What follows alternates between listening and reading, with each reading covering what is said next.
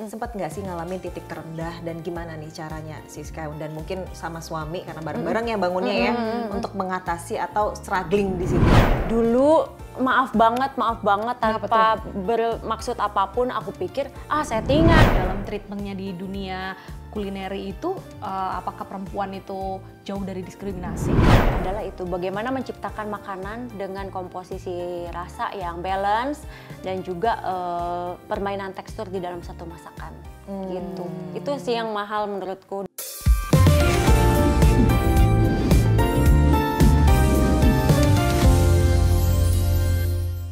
Hello ladies, bertemu kembali di Herspektif, See the World to Hers Perspective bersama saya Desvita Bionda dan Bernadetta Ginting. Yeay! Ketemu lagi kita.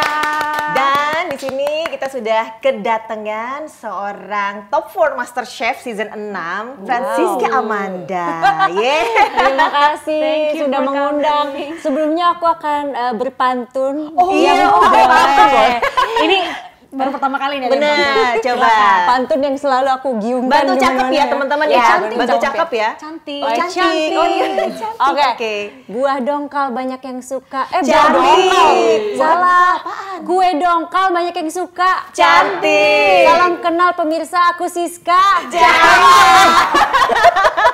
Sini boleh jaim-jaim apa nggak jaim gak sih? Nggak jaim. Nggak usah jaim ya. Nggak usah, ala-ala rumpi. Aku ngetawanya agak-agak ngakak gini, maaf ya pemirsa ya. Ketawa aku agak preman. Tapi kita Perspektif ini manggilnya lady. Oh, ladies. Iya, gitu. Oke. Gimana kabarnya? Lagi Baik. sibuk apa Sibuk. setelah alumni dari MasterChef? Chef. Seperti biasa ya sibuk di resto. Terus kadang-kadang nge-host juga acara kuliner. Terus Oh, bisa kadang-kadang nge-host juga ya ternyata. tipis-tipis Kita ada Kak. saingan. Iya. Lebih jago kakak-kakak kok. Kan aku makan-makan aja. Terus cooking demo paling. Itu aja. Oh, oke. Dulu tuh awal mulanya ikut MasterChef tuh gimana gitu? Emang dari kecil suka masak atau ya iseng-iseng aja gitu? Dari kecil kebetulan suka masak karena nenek aku dulu tukang kue. Terus nenek aku pintar masak. Terus kalau dia lagi bikin kue buat jualan kan, bikin kue lapis waktu itu aku suka grecokin, suka bantuin, ntar kocokin telur. Padahal yang dikocok juga kagak ngembang-ngembang gitu, tapi ya udah suka aja. Nah dari situ jadinya suka masak. Suka masak. Kecilnya umur berapa dulu nih? Dulu mungkin kayak 7-10 tahun gak sih? Oh. Belum masih SD kayak masih ya? TK SD gitu SD ya. SD udah mulai. Tapi kan sempat memang pas beranjak dewasa sempat jadi model nih kan. Kemudian kok tiba-tiba jadi kembali beralih untuk memasak.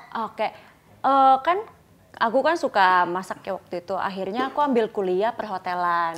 Nah di perhotelan itu sebenarnya aku mau ambilnya bartender waktu itu. Karena dulu pengen bartending di cruise. Juggling gitu ya. Oh, keren ya kayaknya gitu ya. Iya, dulu tuh aku sekolah SMA pariwisata. Waktu aku lagi magang di tour, ada senior aku yang bilang, aku punya temen bartender di cruise. Gede banget tippingnya. Dari situ aku mau jadi bartender di cruise. Emang nih Ini manusia. karena di cruise-nya apa karena tippingnya nih? Karena tipping di cruise. Katanya. Tipping tuh kayak uang tipnya tuh Iya, besar gitu. Dolar kan.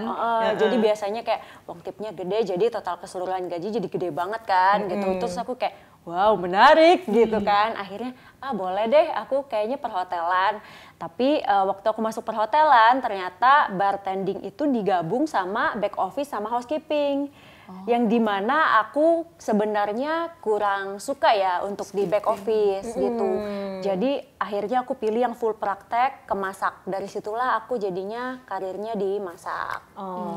Kalau sempat yang model itu sebenarnya aku sempat di double job. Jadi aku kerja di dapur dan resto. Aku sambil freelance-nya ya model-model klinik kecantikan yang kayak gitu-gitu buat nambah-nambah untuk bantu keluarga. Gitu. Jadi Masih inget ya masakan pertama kamu waktu itu apa? Masakan pertama nasi goreng. Oh, Telur dadar gitu gak masakin apa-apa, temen. bukan mie instan. Gua mie instan. masak air. Gading jangan-jangan mie instan. Tapi masa sih nasi goreng, kayak aku pikir kayaknya mungkin mie instan, tapi yang aku inget aku kasih teman-temanku dan mereka suka tuh telur dadar. Oh iya, waktu- bedanya apa? Waktu kelas 3 SD. Istimewanya? 3 SD dia Udah masak telur dadar. Oke, kan pulang sekolah kita kadang mau kerjain PR bareng, terus aku main tuh ke rumah teman, terus lapar, masak yuk masak. Ya udah aku goreng telur, terus enak banget Siska bisa masak ternyata, padahal telur dadar doang. pakai garam gitu atau Iya. cuma ada Cuman kreasi garam. sendiri. Nggak ada, biasa aja garam Iya, sama telur lada dadar. gitu. Telur dadar kan lebih gampang ya, kocok. Terus boleh dong diceritain ini sampai akhirnya bisa memberanikan diri dan percaya diri untuk ikut MasterChef. Oh, waktu itu kan teman aku, dia model kan, kita habis foto gitu, terus teman aku tanya, "Sis, lu kan kerja ya?" gitu.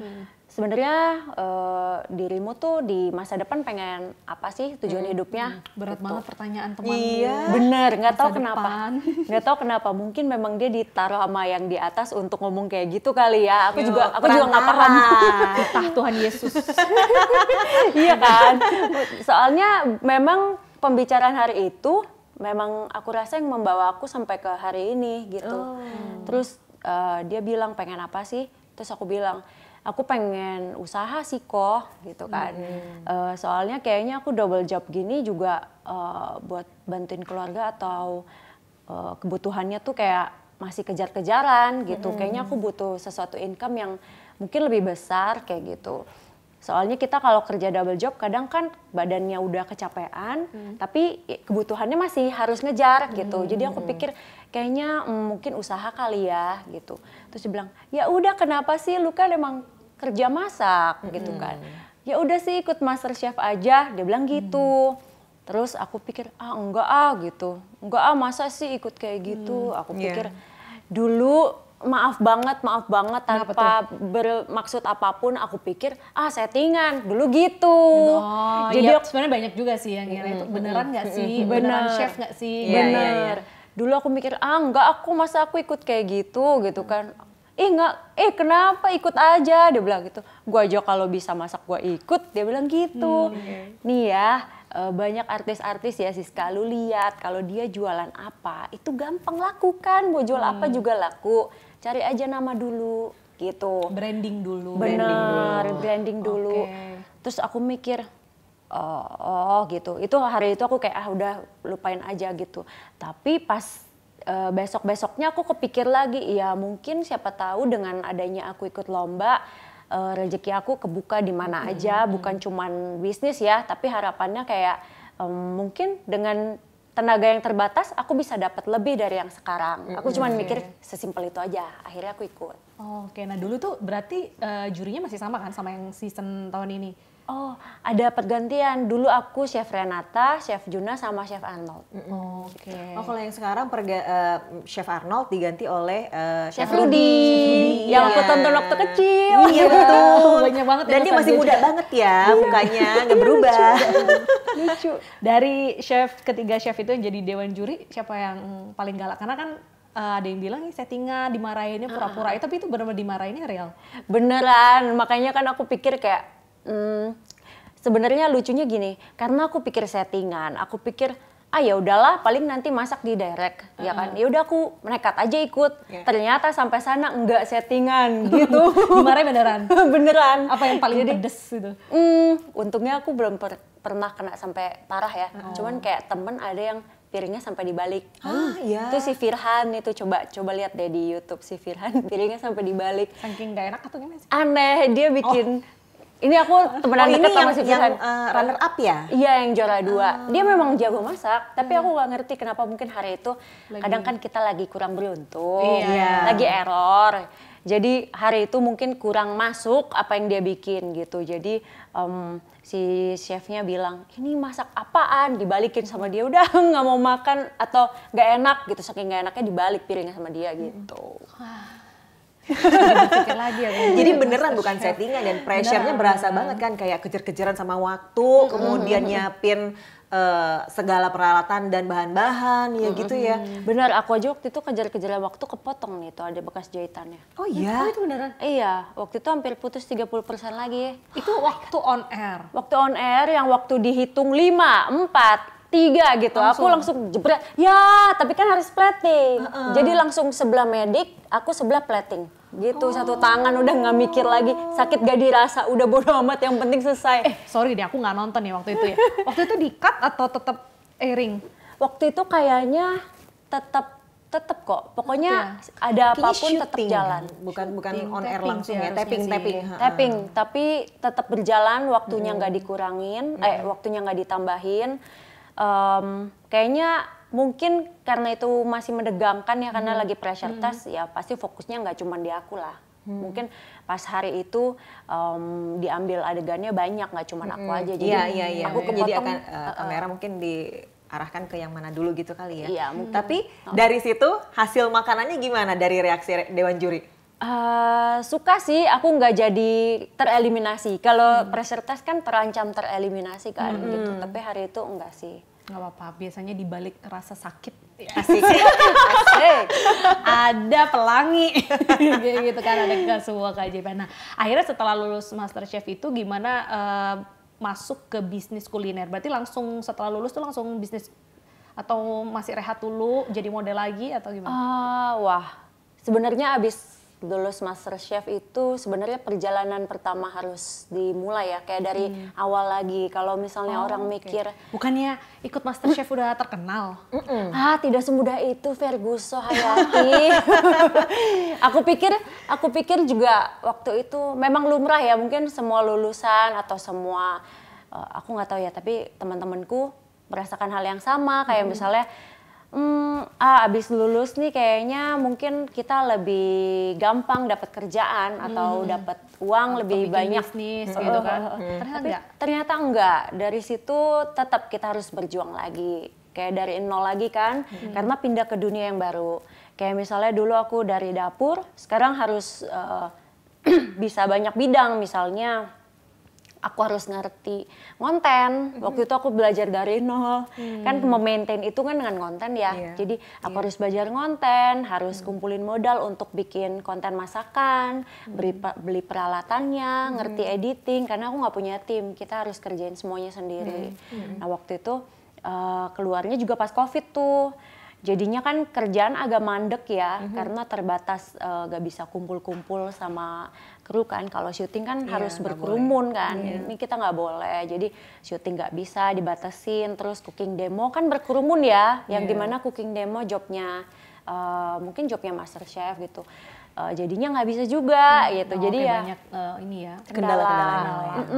Jadi waktu itu memang terasa sih, cukup terasa sih. Jadi kita kumpulin sedikit-sedikit dari Jadi yang kita akhirnya dapat. vakum dulu atau mencoba cara lain yang memang waktu itu kan kendalanya adalah mungkin salah satunya pandemi, melalui tadi itu media sosial kah atau bagaimana caranya?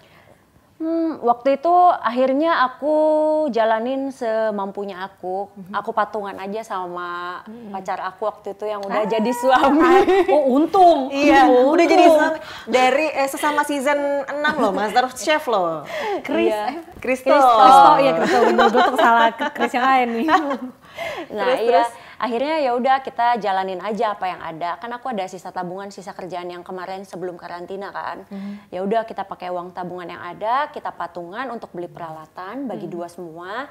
Terus ya udah kalau kita lagi ada ya kita ngonten. Makanya kan aku dari dulu agak susah ya untuk konsisten karena ya balik lagi butuh tempat dan modal. Waktu itu aku nggak punya tempat untuk syuting, jadi aku masih harus nebeng di tempat tante aku. Kayak aku nebeng bawa peralatan, bawa piring, bawa masakan, nebeng di rumahnya pakai meja lipat. Terus baru dari situ bertahap dikit-dikit. Kalau udah masuk endorse, uangnya kita puterin lagi. Oke, jadi bukan hanya fokus ke memasaknya, ternyata benar-benar paket lengkap. Buat promosi, lalu juga bikin konten dan segala macam. Tapi kalau ngomongin industri kuliner gitu kan, sekarang itu kalau ngomongin soal chef tuh kan identik dengan cowok ya. Kayak kita kalau ke restoran, contoh kita lagi makan di hotel. Hotel.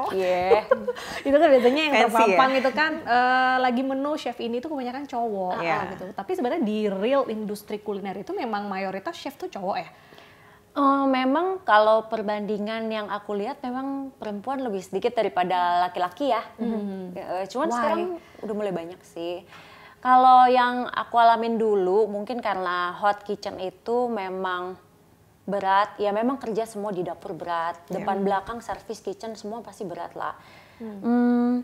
Tapi mungkin balik lagi ke pribadi masing-masing. Kadang perempuan sukanya mungkin yang pastry, jadi cantik gitu ya. Jadi banyakan pastry chef tuh perempuan, untuk hot kitchennya laki-laki. Cuman sekarang mulai banyak kok gitu.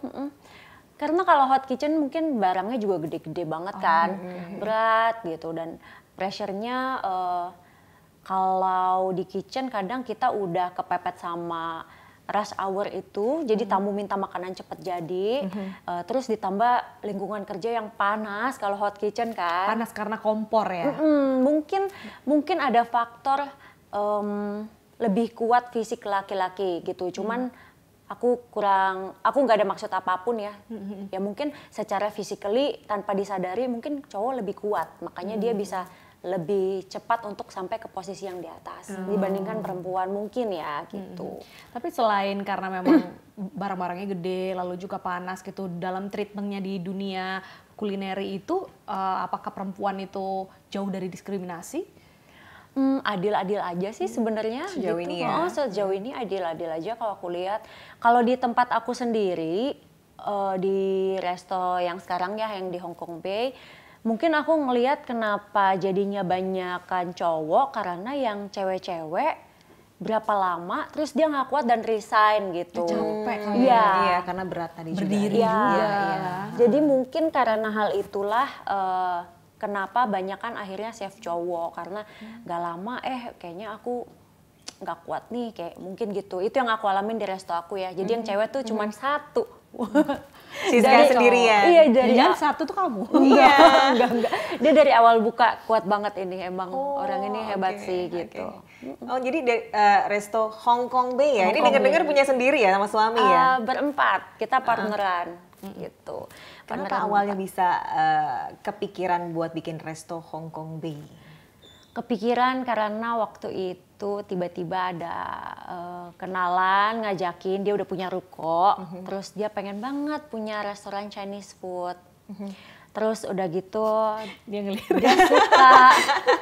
dia suka sama, dia pergi ke Hong Kong, Causeway Bay, dia ke Causeway Bay, terus dia suka, pengen vibes-nya kayak gini gitu.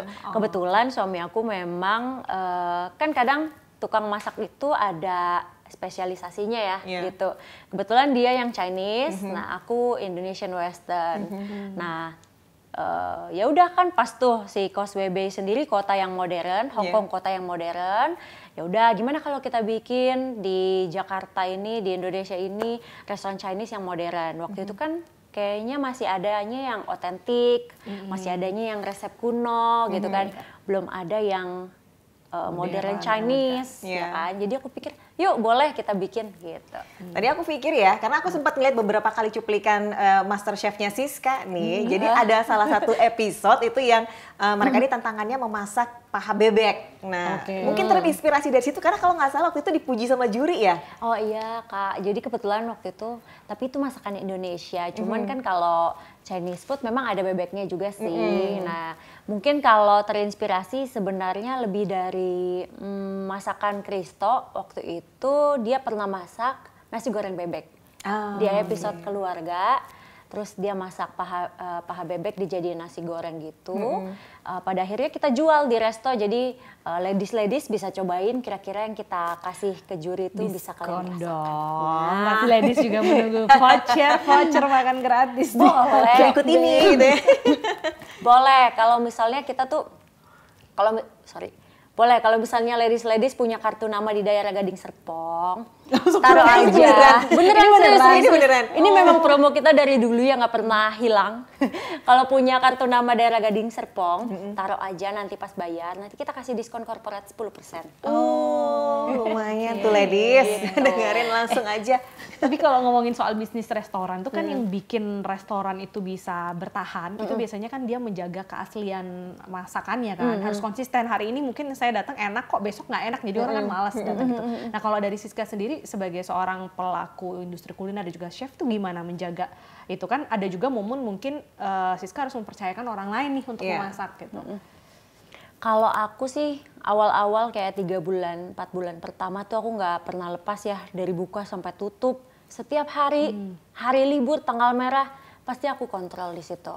Turun bener-bener sampai ke bagian terkecilnya ya istilahnya kayak micromanaging karena kan masih baru buka ya. Jadi anak-anak masih butuh dibimbing. Nah, terus aku juga buatkan standar SOP-nya, aku bikinin juga untuk standar presentasi makanan, resepi yang benar-benar detail gitu.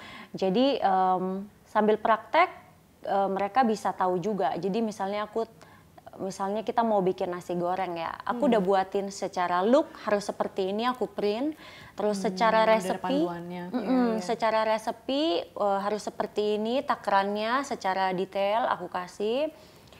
Nanti secara praktek waktu mereka bikin, mereka juga harus icip. Jadi waktu melenceng mereka tahu yang kayak gini melenceng ya, jangan kayak gini rasanya. Yang kayak gini baru benar gitu. Jadi itu dilakukan terus-menerus. Jadi membiasakan untuk timnya Siska sendiri itu merasakan rasa aslinya gitu ya. Jadi mereka sebelum menghidangkan pun harus mencicipi terlebih dahulu gitu ya. Jadi pas buka juga kita kumpul semua, setiap ada menu baru juga kita kumpul. Di situ aku jelasin taste-nya seperti apa. Kalau divisi depan servis bakal aku tanya, kalau kamu ngerasain ini, kamu makan, kira-kira gimana cara menjelaskan ke tamu, taste-nya seperti apa.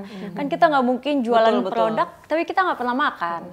Harus kan makan. kadang suka ditanya ya kalau di menu, ini emang ini apa Mbak? Oh ini rasanya gimana ya kan gitu. Kalau dia bisa ngejelasin manis, bumbunya apa? gurih. Iya, masa cuma manis cuma gurih ya kan? Pasti aku tanya, coba ayam ini rasanya apa yang kamu rasain? Aku pasti tanya ke dia gitu. Misalnya dia bilang gurih ya chef. Ya terus apa lagi? Masa gurih aja gitu? Aku pasti tanya. Nah ya udah itu yang dia jelaskan nanti ke tamu. Tapi aku juga lebih seneng kalau nanya ke mungkin ke waitersnya apa, dia tuh bisa ngejelasin spesifik. Kayak contoh dia pedas, tapi pedasnya lada, pedas karena ini gitu. Jadi kita kebayang kayak oh ya kalau makannya karena pedas itu yang sakit di mana nih, tenggorokan apa perut kayak gitu kan. Apalagi bagi yang punya mah kayak kalau ini pedas nanti bikin mah nggak gitu. Enggak kok cuma di bibir gitu. Kalau yang kayak gitu-gitu kan kita seneng ya. Iya, kita bisa tahu oh ini gambaran makanannya berarti seperti ini. Tapi di awal-awal usaha membangun usaha F&B ini sempat nggak sih ngalamin titik terendah dan gimana nih caranya Siska dan mungkin sama suami karena bareng-bareng ya bangunnya ya untuk mengatasi atau struggling di situ. Titik terendah ya, titik terendah pasti ditinggal karyawan tiba-tiba. Pasti semua pernah merasakan. Pindah gitu. Jadi kayak kadang kan memang rush ataupun terjadi sesuatu yang clash gitu kan. Pada akhirnya karyawannya nggak berkenan gitu. Pada akhirnya dia ngajak teman-temannya untuk keluar bareng. Biasa kan. Ada kayak gitu ya? Pasti kebanyakan banyak yang merasakan ya. Kayak kalau ketemu yang toksik kayak dia ngajak teman-temannya keluar bareng. Dan waktu itu rame banget dan baru buka di tahun baru itu asli itu keteter banget ya mungkin itu titik lumayan terendah. Kalau di kritik pembeli gak enak banget aku nggak mau balik lagi ke sini Pernah, bintang 1 di Google Review juga udah ada. Pasti banyak banget yang kayak gitu ya. Cuman kembali lagi nggak apa-apa kan namanya juga selera. Siapa tahu memang pada hari itu kita lagi jelek banget buat nge-serve tamu-tamu. Misalnya siapa tahu hari itu memang kesalahan kita memang makanannya lagi nggak bagus atau servisnya lagi nggak bagus. Nggak apa-apa. Kalau kayak gitu biasanya aku pastinya say sorry. Aku selalu bilang ke anak-anak jangan berdebat sama tamu. Akui kalau salah, nanti dari kita juga dari manajemen pasti akan kasih kompensasi untuk tamunya. Gitu. Berarti kamu mengamini pembeli adalah raja atau gimana? Sebenarnya pembeli adalah raja enggak sih, tapi lebih ke kayak gimana kita sebagai tamu mau diperlakukan ya. Kita perlakukan tamu kita kayak gitu. Jangan pernah ngasih orang makanan yang kita sendiri nggak mau makan. Bener. Jangan pernah ngasih tamu servis yang kita sendiri nggak mau diperlakukan. Kayak gitu sih. Tapi kalau ngomongin review-review makanan nih, kayak tadi Google bintang 1. Sekarang tuh kan banyak influencer ya sebutannya tuh mungkin ya kayak biasa aja gitu dia mereview makanan tanpa mungkin dia bukan ada background kulineri gitu. Nah, kamu sendiri juga menggunakan jasa reviewer itu kah untuk bisnis kamu? Ya kadang-kadang ada yang aku memang ajak kerjasama, tapi kadang ada juga yang memang datang sendiri gitu. Memang Minta karena gratis nggak kalau datang? minta gratis nggak pernah sih. Oh, bayar mereka? Malah kita yang kayak udah nggak usah, nggak apa-apa gitu. Kadang mereka juga kayak enggak aku mau bayar gitu. Jadi emang mungkin aku ketemu yang baik-baik kali ya selama ini. Ada juga yang memang organik, pure, kayak kita dari teman, terus kebetulan dia food reviewer, terus dia tiba-tiba datang makan dan suka. Ya udah akhirnya dia bilang, gue mau bikin konten dong. Karena memang di real life-nya memang dia customer setia aku gitu. Ada juga yang kayak gitu. Tapi menurut Siska sendiri untuk reviewers itu sangat membantu tidak untuk di bisnis kuliner kamu? Membantu sih, karena gimana ya, kalau food reviewer kadang-kadang kan mereka ngebangun namanya apa ya, kredibilitas dia ya, gitu, persona dia. Iya. Persona. Jadi kalau memang benar-benar yang dipercaya sama netizen dan memang selama ini reviewnya positif dan bisa dipercaya, ya itu biasanya ngebantu sih. Gitu. Tapi kan banyak reviewer yang dia beda. Kalau dulu yang paling melegenda itu kan Pak Bondan ya, dia bisa benar-benar detail. Ini terbuat dari ini Gindel, ya. Bisa nebak bahan Iya, ya. Bisa nebak bahan gitu. Kalau sekarang kan mungkin lebih ke kayak enak, ini cabenya terasa banget. Secara umum aja ya kan? Cabenya cabai banget. Ini gitu. pedes ya. Kayak gitu. Ini rasanya ayam ya. Ini rasanya gurih. Soalnya teknik mereview, ini mungkin ada ladies yang Iya. ingin menjadi reviewer, teknik mereview yang tepat untuk makanan itu sebenarnya gimana?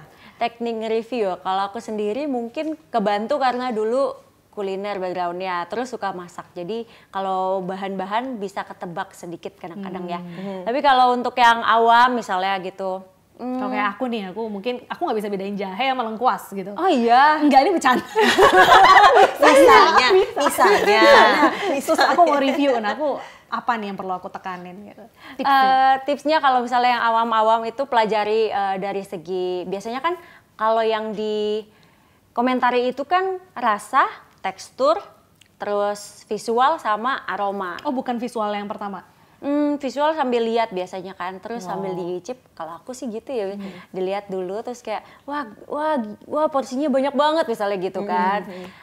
Visualnya atau misal platingnya cantik banget atau gimana, tapi kan sambil dimakan. Nanti sambil dimakan aku biasanya mikir kayak ini porsinya banyak banget gak ya buat sendiri atau gimana. Itu mungkin bisa disampaikan. Nah cuman kalau dari basicnya sendiri minimal harus kita kenal yang namanya sebutan-sebutan untuk makanan. Misalnya tekstur kan ada banyak sebutannya. Apa tuh? Misalnya ada yang crunchy itu buat apa? Crunchy itu biasa buat keripik, yang garing-garing, yang kering, garing-garing. Ayam katsu tuh bisa crunchy. Kalau katsu Kan ada lebih ke crunchy enggak ya? Tuh kan enggak cocok saya.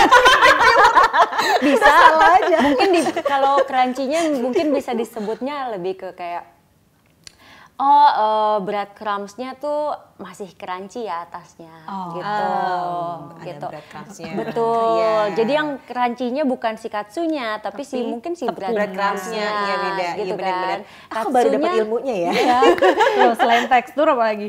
Nah kalau tekstur kan misalnya ada crunchy, ada crispy, harus tepat penggunaannya mau jelasin kemana gitu. Kalau crispy kan kayak misalnya ayam gepreknya masih crispy, jadi luarnya masih crispy, dalamnya masih juicy gitu. Misalnya gitu ya kan. Terus kayak dari tekstur juga ada sebutan, tadi aku bilang juicy. Kalau juicy tuh kayak di dalamnya tuh kita makan nggak kering, jadi nggak seret. Nah bisa dibilang juicy. Biasa untuk daging, ayam, sapi, nah itu sebutannya biasa juicy.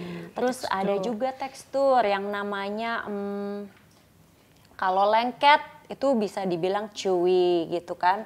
Kayak kita makan permen karet chewy gitu. Ada juga kalau tekstur lengket itu gooey. Gooey itu lengket tapi meleleh. Kayak fudgy brownies gitu kan. Itu gooey ya enak ya gitu. Ada chewy tapi dia gooey gitu. Jadi kenyal tapi meleleh. Padahal kan makanan yang makan brownies yang kayak gitu. Coklat lava termasuk nggak tuh? Nah, ya dia gooey, tapi dia nggak chewy kadang-kadang. Oke. Mungkin bisa dibilang melted coklatnya. Tuh, jadi bukan Kayak gitu. coklatnya terasa banget. Iya. Ini coklatnya coklat banget. Coklat Gimana banget. tuh?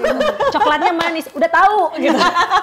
Tapi gooey. Ya, mungkin bisa namanya. dibilang gooey, bisa dibilang Oke. melted, bisa dibilang creamy, ada sebutnya juga. Kan Oke. kalau dari tekstur yang aku bilang, kalau dari rasa bisa dibilang apakah ini creamy, apakah ini light. Kalau light kan kayak ringan ya, nggak enek gitu. Oke. Selain tekstur, apalagi abis itu yang perlu Rasa yang aku Iya. bilang. Ini rasa nih yang biasanya nih, yang nggak susah-susah gampang. Manis, asin dikit, Gimana yang tepat? agak nih? asem. Kalau biasanya kalau aku sih biasanya pikirin kayak ini dominan rasanya kemana gitu.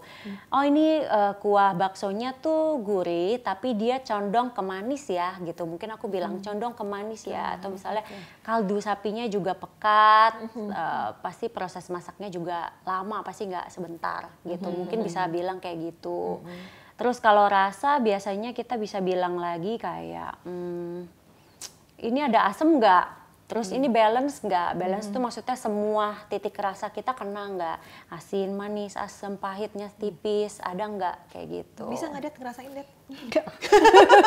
Nggak apa-apa lama-lama juga. Aku yang penting kenyang, enak gitu. Ini kita dapat ilmu baru jadi ya Ilmu tentang baru. rasa, tekstur. tekstur. Tapi ngomong-ngomongin soal ilmu, mungkin kalau dari Siska sendiri, pasti kan di perjalanan di MasterChef selama berapa bulan gitu kan sampai dengan top 4 gitu. Ada nggak ilmu yang kemudian diterapkan di bisnis kulinernya Siska sampai sekarang? Ilmu pasti dapat banyak banget dari juri-juri. Yang aku dapat ya adalah itu bagaimana menciptakan makanan dengan komposisi rasa yang balance dan juga permainan tekstur di dalam satu masakan gitu. Itu sih yang mahal menurutku dan aku baru dapat di situ. Oke. Kira diterapkan sampai sekarang. Betul. Iya. Selain tadi karena udah diterpa lagi kan, selain tadi mungkin jurinya benar-benar mentatar, ternyata di kehidupan aslinya harus diperhatikan. Kepake, Mau apa kepake. sih gue? Tapi beneran loh kepake kayak misalnya Banget ya? kepake sih Kak, kayak misalnya itu kan syuting bener-bener seharian banget. Terus challenge kan ngedadak banget. Iya. Iya. Dan itu ternyata kepake banget. Kenapa? Kadang kan brand mau endorse kita, tiba-tiba dia punya satu produk yang mereka mau highlight. Mereka bisa request menu apapun kan, dan kita harus bisa bikin apapun. Sama kayak challenge kan waktu itu gitu. Harus bisa. Iya tapi itu gimana sih? Aku baru kepikiran loh tadi kan ngomongin soal challenge. Itu kan setiap hari memang ada menu yang kalian harus bikin dari bahan ini gitu.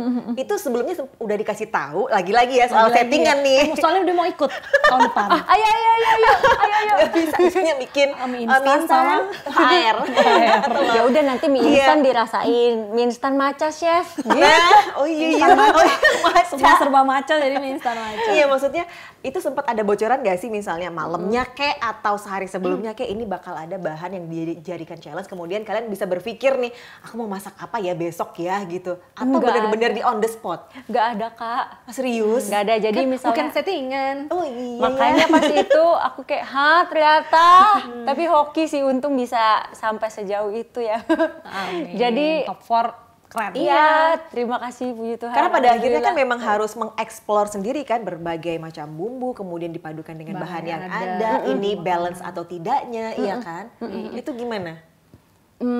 Pas libur aku beli buku resep terus aku pelajarin. Jadi semuanya dipelajarin. Waktu itu belum ada AI ya. Iya. Yang bisa merangkum resep.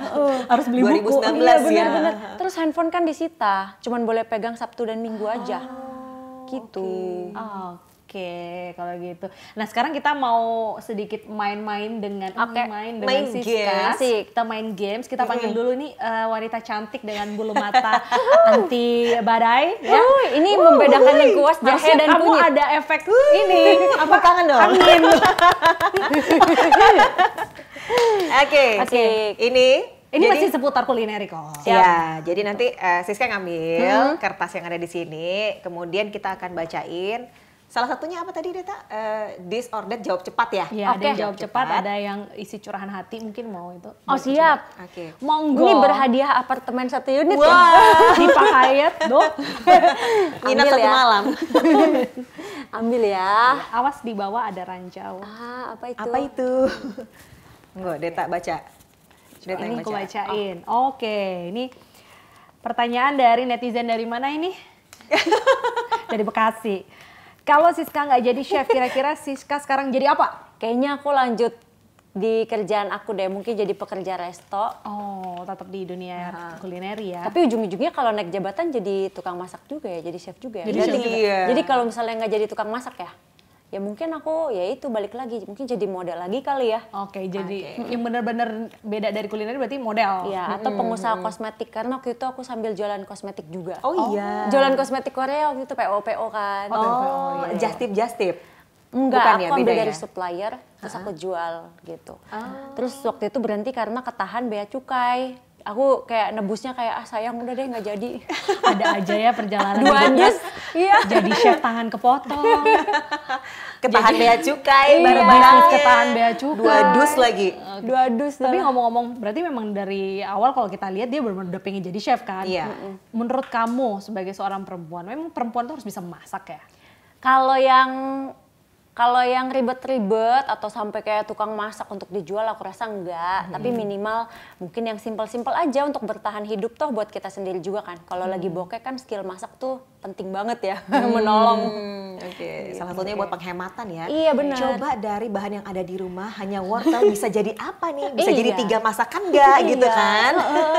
Boleh dilanjut. Yuk, lagi. Nah ini nih. Boleh ke Desvita gantian. Oh iya, oke. Sampai ngeliat dulu ada apa ya. Oke, ini. Oke, ini. Jadi konten kreator lebih gampang daripada masak nggak? Enggak juga sih, sama-sama Susah aja. Sama-sama Susah aja. yang mana? Susah yang mana ya? Gimana ya? Kalau secara, aduh tapi sama aja. Ya lebih susah konten kreator deh. Iya, mikirin idenya loh. Itu idenya susah. Iya. Aku tuh kalau udah pergi ke suatu tempat nih, udah video-video tuh udah detail banget sampai karcis gitu. Enggak tuh kalau bagian ngedit, aduh, ntar aja deh. Iya loh. Niat di awal udah ada. Niat tapi ada, ujungnya begitu mau eksekusi. Susah ya kan? banget. Susah banget. Iya nggak sih? Sama aja soalnya susah kan. Kayak kalau konten kreator idenya, terus kayak teknik pengambilan gambarnya yang sampai kayak gitu-gitu kan Apalagi harus kalau tahu. makanan kan harus detail ya prosesnya. Skip satu, mungkin orang yang mau tutorial kayak ada yang kurang deh cara masaknya. Atau gitu. gini, Iya. oke, lebih gampang mikirin ide untuk menu baru atau konten? Konten. Kayaknya kalau aku sekarang konten deh. Kalau Susah ya? menu baru tuh kadang aku mikirinnya kayak banyak aspek kayak laku apa enggak, sesuai apa enggak oke. sama marketnya gitu kan. Lebih ke kalau nggak laku kita buang-buang bahan, terus kayak udah pertaruhan sama hidupnya karyawan nih gitu. Oh iya benar, karena banyak yang dipikirkan jadinya ya jatuhnya. Oke, lanjut mungkin yang terakhir. Boleh? Masih terakhir ya? Terakhir silakan. Oke. Barangkali ada berhadiah. Karena ada tiba-tiba Fortuner. voucher. Fortuner. Amin. Kamu mendapatkan saham Pak Hayat. Bu Angel, makasih aku gak nyangka banget. Ternyata hadiah dari podcast itu dapat saham. Terima kasih. Mau siapa ini? Kehabisan garam atau kehabisan minyak? Oh, ini mungkin kalau kamu lagi masak, kamu lebih milih kehabisan garam atau minyak? Kehabisan minyak. Kenapa? Kalau nggak ada minyak masih bisa ngerebus, bisa ngukus. Iya benar. Kalau nggak ada garam, nggak ada rasa. kayak Bunda Inu, bagai sayur asam tanpa garam kurang enak, kurang sedap. Oh gitu. dia nyanyi. Iya. Besok kayaknya beralih jadi penyanyi nih. Oke, gitu. Tadi kita udah ngobrolin banyak hal sebenarnya Yes. kan tentang kuliner dan gitu. Nah, kamu pernah nggak sih sebagai seorang perempuan itu ngerasa bahwa industri ini kurang menjanjikan? Industri apa Kuliner nih? nih. Kuliner. Enggak sih, kayak tergantung kitanya aja kan. Kayak yang penting pinter-pinternya kita aja sih. Kayak misalnya dulu aku masih gajinya di bawah UMR waktu kerja di resto gitu. Ya namanya masih merintis awal-awal ya nggak apa-apa lah. Toh kan juga aku masih muda waktu itu. Masih kayak belasan tahun, masih 20 awal gitu. Ya nggak apa-apa. Makanya aku tutupin dengan double job tadi gitu. Jadi ya tergantung kita lah mau kayak gimana. Oke. Mungkin tips deh buat ladies di sana yang pengen bisnis kuliner seperti Siska. Yang mau bisnis, yang penting perhitungan di awal harus matang. Nah, tuh, apa tuh biasanya? Soalnya banyak yang tutup karena finansialnya kurang. Atau ternyata. ngikutin tren semata ya. Lagi rame donat, dia ikutan donat. Ternyata nggak long lasting. kayak gitu. Sebenarnya ya yang perhitungan awal harus mantep, proyeksinya dari awal. Terus menunya mau seperti apa, apakah ini hanya hype semata atau bisa terus-terusan berkepanjangan. Terus udah gitu kayak hitungan bahan HPP ya sebutannya biasanya. HPP atau food cost. Apa itu? Jadi kayak modal, perhitungan modal bahan makanan misalnya kita bikin satu porsi berapa, nanti marginnya sekian gitu. Jadi harus mantep, timbangannya udah harus exact, hitungannya harus pas. Kalau enggak nanti kita kayak kerja rodi. Misalnya udah jualan kira wah untung nih udah sepenuh hati. Nggak taunya pas di akhir bulan pembukuan wah bahannya boros banget sehingga bikin cuannya malah jadi kepotong untuk nutupin bahan-bahan yang basi, yang berlebihan. Jadi benar harus dipikirkan secara matang kan. Tapi kalau ngobrolin soal tadi apakah hype semata, makanan yang tidak akan pernah kalah dengan hype itu apa? Yang pasti kalau kita bisnis itu Long last lah. stabil lah. Makanan yang dimakan sehari-hari. Contoh nasi goreng sih. Iya kan. Itu nggak Telur mungkin dadar kayaknya. sih. Ayam penyet orang Indonesia nggak bisa iya lepas sih. dari Iya sih. ayam bener sih. penyet Penyetan, nggak entah sih? itu lele penyet gitu kali ya. Sambel-sambelan. Makanya warung sambel yang sambal bakar itu makin gede di mana-mana dan bertahan kan udah bertahun-tahun. Karena lidahnya Indonesia sih ya. Gitu sih menurut aku. Oke Oke, deh. mungkin bisa jadi tips buat ladies di sana tips ya. gitu Berarti kan, untuk yang ingin bisnis kuliner bisa mencoba dari itu ya apa yang menjadi kesukaannya orang Indonesia Betul, ya. atau mungkin dari menu sehari-hari. Kalau kamu jago masak sayur bayam, itu mungkin bisa jadi menu Iya. sayur ayam gitu kan, warteg kayak gitu Iya, kan yang betul. benar-benar Orek dibutuhkan tempe. UMKM lah ya, paling kuat ya. Catering, ya, nasi box gitu. Dessert box buat acara-acara kayak gitu. Bisa juga. Itu menarik sekali ngobrol-ngobrol bareng Siska. Apalagi tadi sempat diceritakan sekilas ya perjalanan dia di MasterChef dan akhirnya bisa bertahan di bisnis kuliner. Congrats buat restorannya. Terima kasih, mampir-mampir sukses terus ya. Mampir-mampir ladies. Iya, jangan Habis lupa ini yang katanya punya ada ini kartu ya. nama Gading ya. Tester Gading kartu Serpong. nama Gading. Aduh, coba banget aku Ciputat nggak bisa. Udah dicoret aja terus Gading Serpong. Oke, thank you lady sudah nonton Perspektif. Nah, ini kita ada sedikit perubahan nih Desvita. Oh iya. Kayak gitu. Jam tayangnya dari Perspektif ini akan berubah kalau biasanya hari Jumat jam 4 sore jadi hari Sabtu jam 4 sore. Jadi ingin menemani weekend para ladies yang mungkin masih jomblo, butuh hiburan, butuh tontonan, nonton. Yes, Di pokoknya Okezone. jangan lupa untuk subscribe dan juga follow akun Okezone ya tentunya Betul. di Instagram dan YouTube official ya. Betul sekali. Sampai jumpa di episode selanjutnya. Bye bye ladies. Thank you. Thank you Kak. Jangan lupa mampir ya. Iya.